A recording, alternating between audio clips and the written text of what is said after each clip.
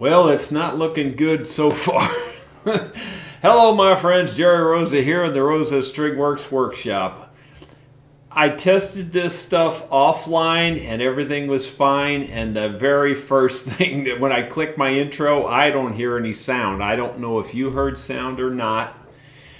Oh my goodness. I'm hoping some viewers will come on here and tell me whether the intro had any sound or not. I tell you, you would not believe how complicated this OBS streaming software is, and you change one thing and 10 other things change automatically. It is just crazy. I appear to be live. There we go. We got 21 viewers just popped up, and the next step, it did. I heard sound. Okay, so while the intro was playing, you did hear sound? Yeah, in other words, the music or whatever you want to call it. Okay, maybe it's just my monitor then that was set off on that part. I can check that also. Oh my gosh. Sound okay. All right, good. You can hear me okay then too, and that's okay? Good. You heard the intro. Great. All right. Well, thank you guys for helping me. How does the screen look? Is my mouth in sync with the video at all, or is it still lagging behind like it usually does? Looks great, sounds great. Awesome. Yeah, okay. So it looks like everybody's saying everything's fine. 5x5, which is, they say, as good as it gets. Yes, just like usual. I was hoping it's better than usual. All good. Just tuned in. Great video, no lag. Chris Mills got sound. Good, Chris. Thanks. Sync is good here in Mass. Sync okay. Hi. Yeah, well, that's, on my screen, the resolution looks like very high end. My internet connection is still the main bottleneck. And at times it works pretty good, but today for some reason it's not very good. So I don't know how well that's going to come across. Look, sync is generally improved. Okay, good. Well, I did spend the money for a high-end video card. Well, I say that I didn't spend a ton of money at $330, and it's a pretty good card, and it works with OBS. OBS is able to select that card and offload a lot of the processing on the actual card because the card has 6 gigabytes of memory on it. So anyway. Someone said very crisp picture. Resolution and sound is very good. Well, that's good, man. That's awesome. Yeah, that's a big thumbs up from my perspective, because if you guys could see all the hodgepodge stuff I do to make this work. Oh my gosh. I've got a 40-foot tower out there that has a Yagi antenna on it that runs 75 feet of wire down into the shop and connects up to a cell phone booster. So that Yagi antenna is talking to the cell tower. Then that brings the internet in here, and I'm just using T-Mobile, regular home internet service via the cell tower. And then I have that running through yet another router, and then that router is bringing it in here to me. And and I do know how to do all that, believe it or not. Whether you may think that I'm some country bumpkin, but trust me, I used to do break fix on PCs for Southwestern Bell, or actually it was for Yellow Pages, which was part of SBC, and I supported more than 100 PCs and more than 100 Macs. So I'm pretty well versed on both sides of the fence there. And then all the networking that went with that also. So anyway, just stopped.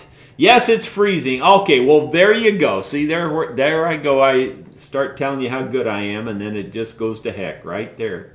Very, very good here. Let's see. Somebody says it's freezing. just stopped again. Well, bummer. It's buffering occasionally. Well, kind of expected that, honestly. I didn't think it would be great because my internet service is not great. I mean, it's just barely good enough to do this at all. Okay, well, someone says it is definitely improved. Well, that's good. Well, we got 44 viewers on here. Does anybody have any questions while we're here? We can just have a 5-minute, 10-minute discussion here, and then we'll call it good. Sync still good, but buffering some. Well, I'm kind of anxious to watch it myself because that's when I can tell the most about it and tell if it's dropping any frames, things like that. Not like watching an old kung fu movie anymore. Yeah. Boards on the shelf are in good resolution too. Well, good. I can tell on my screen, my little tiny screen, that the resolution is way better than it used to be. I actually have it set up fairly high. I still have my bit rate pretty low. Okay, well, good. It says it's certainly tolerable, working good for me, no freezes. Well, that's good. I'm really glad to hear that. We got 39 viewers on here. What is the latest on the mandolin? Well, I didn't get too far today, but I did make some progress.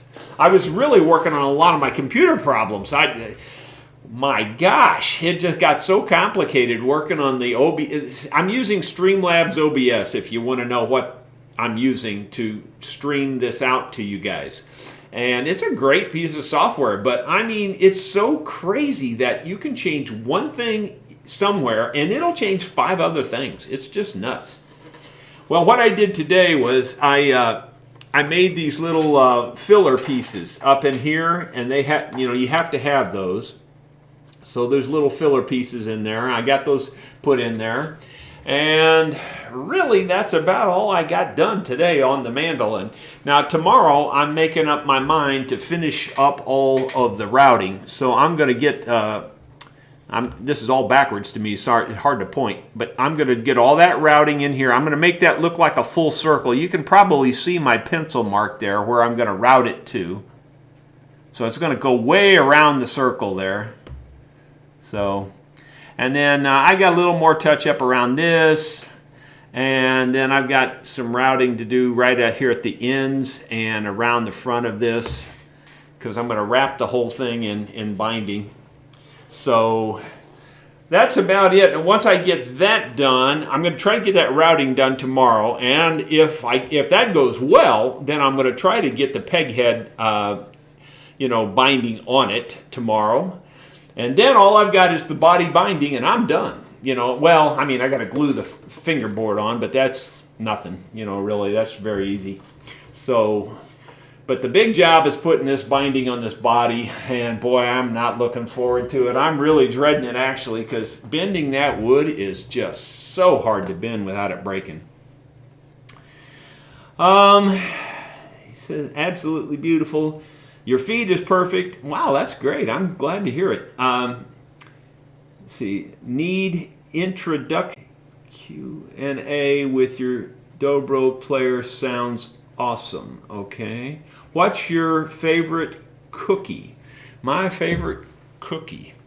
Well, probably pretty boring. Just I like chocolate chip, and believe it or not, I like chocolate chip with not too many pieces of chocolate in it. I like the chocolate chip cookie, but, with maybe probably only half the number of chocolate chips that most people like, So I like the chocolate chip. If there's a lot of them in there, I'll eat it. Don't get me wrong. But on the other hand, I prefer them with less. Let's see here. How's the digestion? Well... my whole life has been wrapped around that thing, and I can't say it's a whole lot better. That doctor, he really thought, boy, he says, you're gonna need to stay near a bathroom. I said, no, doc, you don't know me. And I didn't. I could have took a flight to London. It wouldn't have been no problem. Anyway, let's see. Jim Cap says, what's your advice to someone considering building an acoustic guitar kit? I'm a custom woodworker, but not a luthier. Just wondering, thanks. Well, Jim, my advice is go for it. That's really my advice. You'll find that the actual woodworking part, Jim, is not that tough. I mean, I say that. I mean, if you've got woodworking skills, which apparently you do, it's not going to be that tough. The tough part, I've said this before, and people still think I'm making this up. The tough part is finishing it. And I don't mean just the finish. I mean after you build it, I mean like routing the binding trim, doing the inlay work, making the fretboard and all the detail in there. All of the detail work is where all the work is. It's just like anything. When you're building a house, the frame goes up really fast. Then you start on the detail, and that's where all the work is. And seriously, that's the same way it is on an instrument. So, but Jim, I don't think you'll have any trouble building the instrument. That part's fairly straightforward, really. It's not that tough. Is mahogany good for the soundboard? It's not my preference. I do not prefer mahogany for soundboard. I like the mahogany for the back and sides is fine, but for the top, I much prefer spruce. One of three woods, either spruce or western cedar or redwood for the top. One of those three woods, and you're going to have a killer instrument. Doesn't really matter which one of those three. And my preference is either redwood or western cedar, though. I mean, those are really good sounding woods. You don't have to try real hard to make those sound good. Those will sound good even if you're a total novice. The words on your shirt was breaking up. Well, the words on my shirt say, I was better, but I'm getting over it. It has not even buffered even once. Well, that's cool. I'm glad to hear that. Jesse Burge. Hello, Jesse. Is your hand doing okay? I hope so. Jesse's the one that had the problem with the hand, with the table saw thing, and he didn't get it caught on the table saw, in case you're wondering that. It was a board that kicked back and tore up his hand really good. It messed him up pretty good. Hope you're doing well, Jesse. Neil Workman, please bring your dobro player in for a video. You're talking about, I tell you, I can't remember names. Beverly, yeah, Beverly. I played with her, let's see, today's Wednesday. So yeah, last night we were playing in Rolla, and it was just her and I, and then we had Emery came and sat in with us. So it was just the three of us. It was pretty good time. We didn't have a bass player, but it was pretty good time. Beverly can play bass, don't get me wrong. She can play anything with strings. So we could have had a bass player, but we had two guitars and the mandolin is what we used last night. And it seemed to go over pretty well. The crowd stayed the whole time, that's for sure. Recording equipment do you use, Jerry? Well, on my recording, I used to have an actual studio, and it was all based around just a workstation, a Roland 2480 workstation. And everything was based around that. I didn't use a computer station. It's a digital workstation, don't get me wrong. So it's the same kind of concept as using a computer, but it was a dedicated machine. Trying to remember how many actual tracks. I think it's 24 tracks on the actual machine. For sure 16. I can't remember now. But anyway, it's a pretty good machine, but I'm probably a little behind the times on that. It probably should be done on a PC these days, but I don't think I'm going to go there. But before long, once we get these live streams worked out better, then we may actually start doing a few live shows. Let's see. Okay, I'm going to read a couple more questions here. Whenever you do post a question here, if you could post the question marks in front of your question, like Family 4 did here. And Family 4 says, having trouble leveling frets. I've straightened the neck, leveled the frets, but still getting buzzing.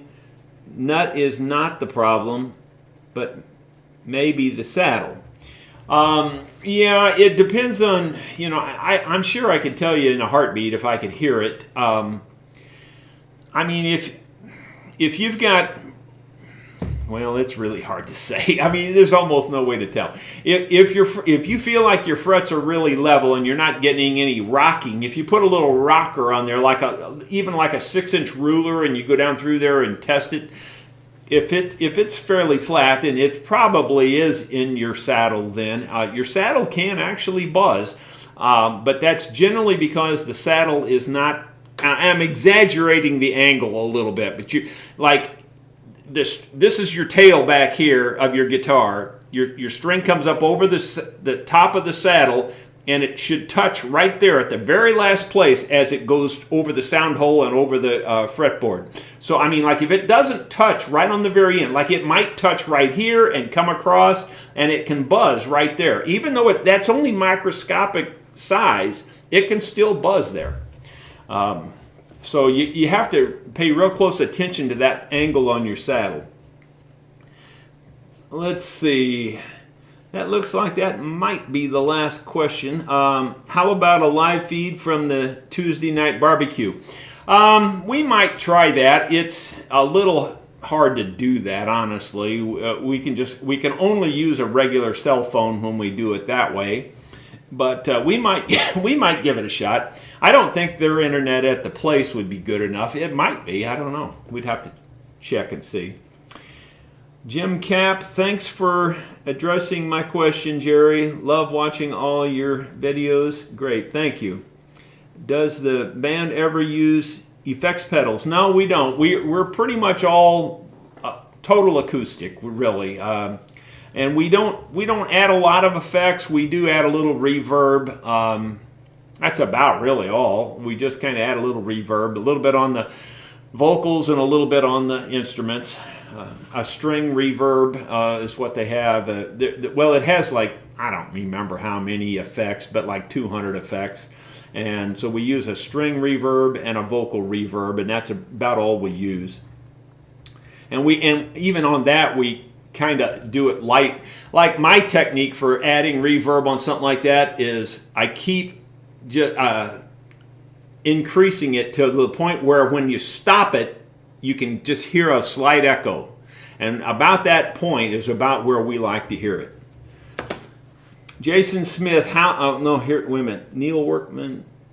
Jason Smith. How's the World's Finest getting on? Yeah, well, I showed it just a minute ago there, Jason, but it's going really well. The main two things is I got to do the binding up here and the binding down here. I have the tailpiece. I'll show you the tailpiece too.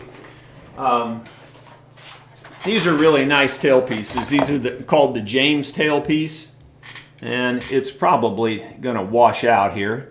Let's see, which way does it look the best? The Rosa, you can probably see it there.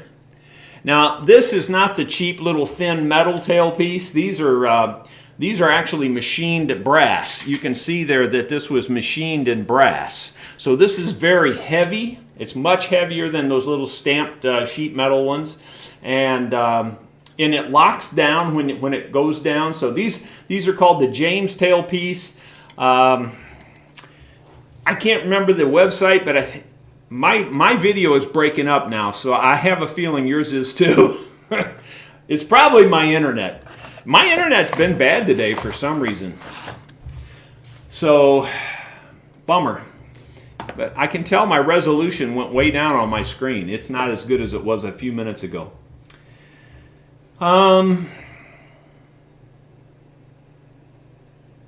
Oh, what's the purpose of those little tiny wings? It's just a decoration that's been there since day one on the F-style mandolins. You could do it without, and I have seen a few done without it, and they look really plain, actually. So it's kind of just a decoration. It's really all it amounts to. And what he's talking about there is these little extra little connection points. See, there's a piece of bone that goes across here. And that little piece of bone shows up through. So it's just a little filler block to fill in that little hole, and then this comes around to fill in too. So it's just more of a decoration than it is anything. And this the fretboard comes on here like so, and you can see how these will. Now these, keep in mind this hasn't been stained yet, so it looks a little odd right now. But when that gets stained, then it looks real nice. It just fills in and just makes it look good. All right. Well, my resolution came back, so hopefully yours is too. I don't know. This whole streaming thing, it's a horse of a different color. Do you want to try to come to Scotland again? Well, Jason, I would like it, but I'm not going to do that again because, at the risk of my band actually seeing this, let me just say it the nicest way I can. I don't think everybody really appreciated it, believe it or not. I mean, like if you offered to give me a free trip to Scotland, which was basically what I was doing to the band, I was basically footing the bill. Yeah, and it was a nightmare. It really was. And then of course the COVID thing hit, and then trying to get my refund back was, it was a nightmare. So I probably won't ever do that again. I might come by myself, or maybe bring one other musician with me, something like that, but I don't think I'm going to bring the whole band. Or if I do, it's going to be, you pay your own way. I'm not paying it. Do you want to try to come? Oh, let's see. Oh, I'm sorry. I'm a poor reader. I can read the same thing 3 times and not even realize it. Okay, I'm going to call that good enough. Thank you so much for being a part of my test. We got 83.